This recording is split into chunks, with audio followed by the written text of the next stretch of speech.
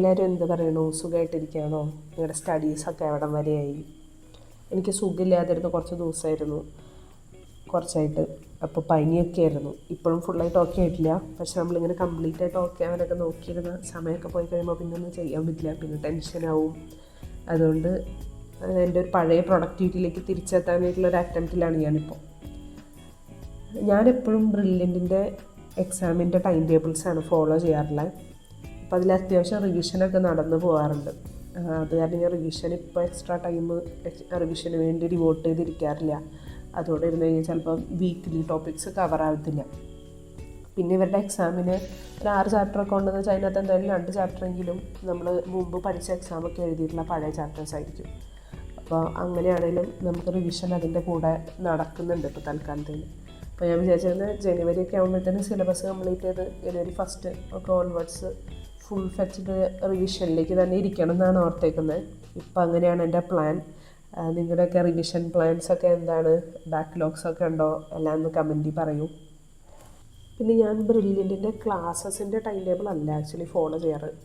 ക്ലാസ്സസിൻ്റെ time table അല്ല എന്ന് പറഞ്ഞാൽ നമുക്ക് എക്സാമിന് ഇത്ര ചാപ്റ്റേഴ്സ് ഉണ്ടെന്ന് അവർ നേരത്തെ പറയുമല്ലോ. അപ്പോൾ ആ ചാപ്റ്റേഴ്സ് എക്സാമിന് മുൻപ് കംപ്ലീറ്റ് ചെയ്ത് എക്സാം എഴുതുന്ന പോലെയാണ് ഞാൻ പ്ലാൻ ചെയ്യാറ്.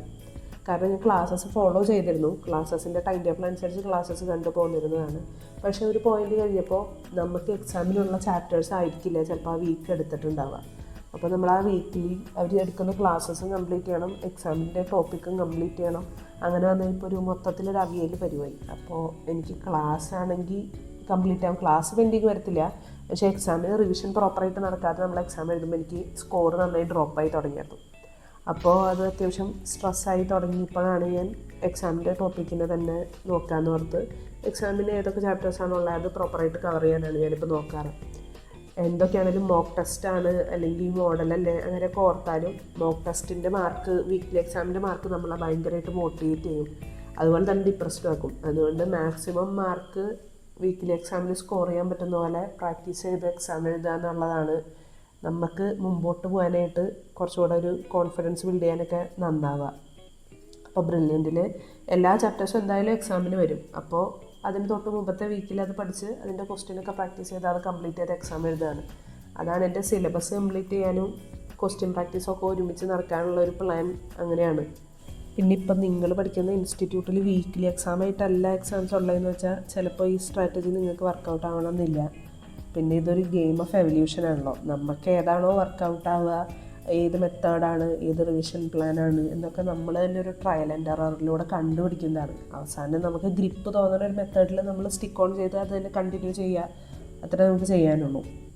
പിന്നെ ഇതെൻ്റെ ഒരു റാൻഡം ഡേ ആണ്. റാൻഡം ഡേ എന്ന് വെച്ചാൽ ഒരാഴ്ചയിൽ ശരിക്കും Monday to Friday syllabus completion question practice അങ്ങനെയൊക്കെയാണ് പോവുക. അതിനകത്ത് വെനസ്ഡേയുടെ ഉള്ളിൽ മാക്സിമം ക്ലാസ്സസൊക്കെ കംപ്ലീറ്റ് ചെയ്ത് കവർ ചെയ്യാൻ ഞാൻ ശ്രമിക്കാറുണ്ട്.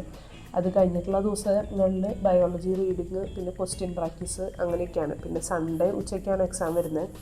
അപ്പോൾ ഉച്ചവരെയുള്ള സമയം ജസ്റ്റ് ഒന്ന് റാൻഡം റിവിഷൻ നടത്തിയിട്ട് എക്സാമിന് ഇരിക്കുക, അങ്ങനെയാണ് ചെയ്യാറ്. പിന്നെ ഇതെൻ്റെ 4th ഡ്രോപ്പ് ഇയർ ആണ്. ഞാൻ 4th ഡ്രോപ്പ് ഇയർ എന്ന് പറയുമ്പോൾ ഇതെൻ്റെ 4ാമത്തെ വർഷമാണ് റിപ്പീറ്റ് ചെയ്യുന്നതിൽ. അപ്പോൾ ഞാനിവിടെ ബയോളജിയുടെ ക്ലാസ്സസ് അങ്ങനെ കാണാറില്ല, ബയോളജി റീഡിംഗ് ആണ് ചെയ്യാറുള്ളത്. ബയോളജി നന്നായിട്ട് ചാപ്റ്റർ വായിച്ച് ക്വസ്റ്റ്യൻ ചെയ്ത് അതിനകത്തൊന്നും മനസ്സിലാവാത്ത സാധനങ്ങൾ പിന്നെ കുറച്ച് ഔട്ടൊക്കെ ഉണ്ടാവും വർക്ക് ബുക്കൊക്കെ ചെയ്യുമ്പോൾ. അതൊക്കെ പിന്നെ അതിൻ്റെയൊക്കെ ജസ്റ്റ് ആൻസേഴ്സൊക്കെ കണ്ടുപിടിച്ച് വെക്കും. കാരണം ഇപ്രാവശ്യം നീറ്റ് കുറച്ച് അൺപ്രഡിക്റ്റബിൾ ആയിരുന്നല്ലോ. അപ്പോൾ എന്തെങ്കിലും ചെറിയ ഹിൻ്റൊക്കെ ടെക്സ്റ്റ് തന്നിട്ടുള്ളത് നമ്മൾ മിസ് ചെയ്യുകയാണെങ്കിൽ നമ്മൾ ക്വസ്റ്റ്യൻ ചെയ്യുമ്പോൾ അത് കാണും ബയോളജി. അപ്പോൾ ഞാൻ അങ്ങനെയാണ് ചെയ്യാറ്. ഫിസിക്സും കെമിസ്ട്രി ആണെങ്കിലും ഇവരുടെ സ്റ്റഡി മെറ്റീരിയലിലെയും വർക്ക് ബുക്കിലെയും ക്വസ്റ്റ്യൻസ് മുഴുവൻ എക്സാമിന് മുമ്പ് കവർ ചെയ്യാൻ ശ്രമിക്കാറുണ്ട്. എനിക്ക് ഏറ്റവും കൂടുതൽ വർക്കൗട്ട് ആയെന്ന് തോന്നിയതും കഴിഞ്ഞ വർഷമൊക്കെ കുറച്ച് ലാക്ക് ചെയ്തതെന്ന് തോന്നിയതും ക്വസ്റ്റ്യൻ പ്രാക്ടീസാണ്. ക്വസ്റ്റ്യൻ ചെയ്യുമ്പോൾ പിന്നെ പെട്ടെന്ന് മറക്കുമായിരുന്നു. നമ്മൾ എത്ര പ്രാവശ്യം ഷോർട്ട് നോട്ട് റിവൈസ് ചെയ്താലും നന്നായി മറവിയുണ്ടായിരുന്നു. പക്ഷേ ക്വസ്റ്റ്യൻ ചെയ്ത് റിവിഷൻ ചെയ്യുമ്പോൾ നന്നായിട്ട് മെമ്മറിയൊക്കെ ഇരിക്കുന്നുണ്ട്, അധികം മറന്നു പോകാതെയൊക്കെ ഹെൽപ്ഫുള്ളായിട്ട് എനിക്ക് ഫീൽ ചെയ്യുന്നുണ്ട്. അപ്പോൾ ഒരു ദിവസം പെർ ഡേ വെച്ച് ഞാനൊരു 3 ക്ലാസ് 4 ക്ലാസ്സൊക്കെയാണ് കാണുക. ഈ വ്ളോഗിൽ ഇതെടുത്ത ദിവസം ഞാൻ 3 ക്ലാസ്സാണ് ഫിസിക്സിൻ്റെ കണ്ടിരുന്നത്.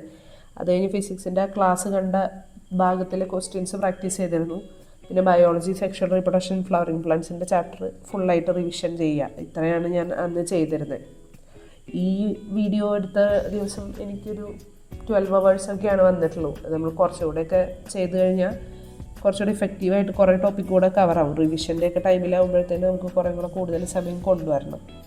ഇനി എൻ്റെ എക്സാം ഡേയിൽ എന്തൊക്കെയാണ് ഞാൻ ചെയ്യുക, എൻ്റെ എക്സാമിൻ്റെ റിവിഷൻസ്, എക്സാം അനാലിസിസ് എല്ലാമായിട്ട് വേറൊരു ദിവസം വരാം. അതുവരെ നിങ്ങളുടെ ടെൻഷൻസ്, നിങ്ങൾ അനുഭവിക്കുന്ന സ്ട്രഗിൾസ് എല്ലാം നിങ്ങൾ കമൻറ്റിൽ ഡ്രോപ്പ് ചെയ്യുക. പിന്നെ ഇനി കാണുന്നവരെല്ലാവരും ഹാപ്പി ആയിട്ടിരിക്കുക, ഹെൽത്തി ആയിട്ടിരിക്കുക.